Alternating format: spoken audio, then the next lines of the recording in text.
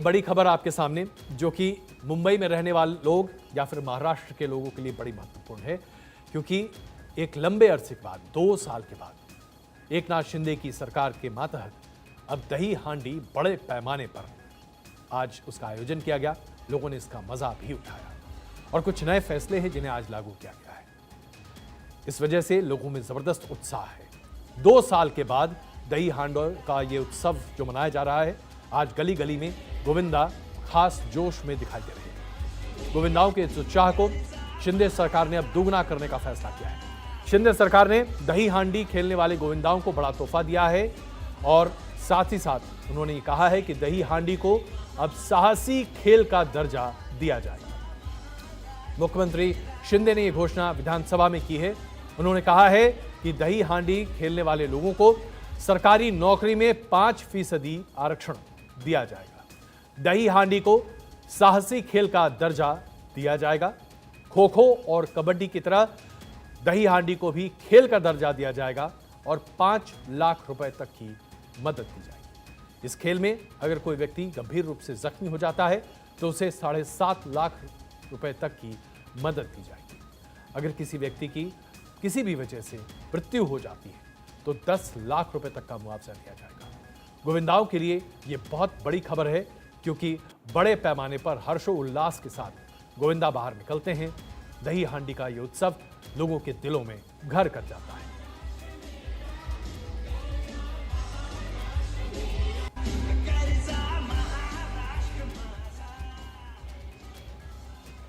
महाराष्ट्र में आज जहां लोगों के दिलों में और उनके चेहरों पर खुशी है, वहीं आज इस बात को हम सबको लिए जानना भी आवश्यक है कि आखिरकार इतना बड़ा क्रेज दही हांडी का मुंबई में क्यों है।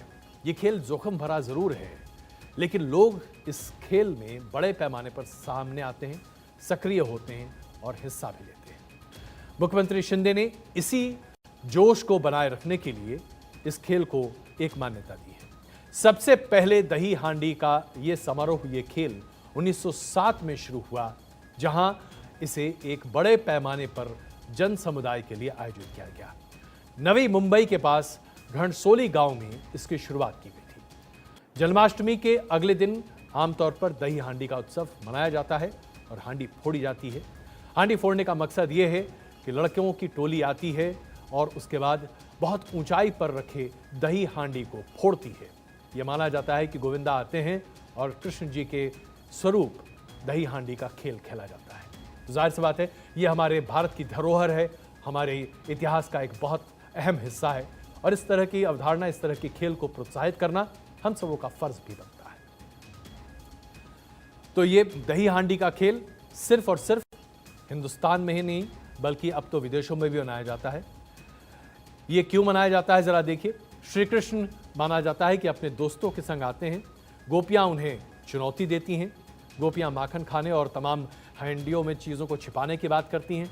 कान्हा अपने दोस्त के साथ आते हैं, पिरामिड जैसा स्ट्रक्चर बनाते हैं और उस पिरामिड स्ट्रक्चर पर सबसे ऊंचे एक बहुत छोटा सा बालक पहुंचता है और दही हांडी को फोड़ता है, और यही एक परिपाटी है। अब जरा सोचिए, हिंदुस्तान में अगर दही हांडी की ये धमक है और श्री कृष्ण को लेकर आज जो कृष्ण जन्माष्टमी को लेकर पूरे हिंदुस्तान में जोश है, ये जोश अगर ब्रिटेन में भी दिखाई दे तो क्या कहेंगे। ब्रिटेन में प्रधानमंत्री के रेस में शामिल भारतीय मूल के ऋषि सुनक गुरुवार की शाम को अलग अलग रूप में दिखाई दिए। चुनावी प्रचार के बीच में ऋषि सुनक एक मंदिर पहुंचे। वहां उन्होंने भगवान कृष्ण के दर्शन किए। सुनक ने अपनी पत्नी अक्षता मूर्ति के साथ वहां पर हाथ जोड़े, मंदिर में दर्शन किए और ये अपनी तस्वीर उन्होंने ट्विटर हैंडल पर साझा की है, जिसमें उन्होंने लिखा है कि आज मैंने अपनी पत्नी के साथ जन्माष्टमी के अवसर पर बड़े पैमाने पर जन्माष्टमी के त्यौहार को मनाया। यानी कि देश ही नहीं, पूरी दुनिया भर में भगवान श्री कृष्ण की धूम है और ये धूम आप भारत 24 पर भी लगातार देखेंगे। मथुरा से भी, वृंदावन से भी, देश के कोने कोने से भी जरूर देखिएगा। हम यहां पर एक छोटा सा ब्रेक लेते हैं। बन रही हमारे साथ, तुरंत वापस आ रहे हैं।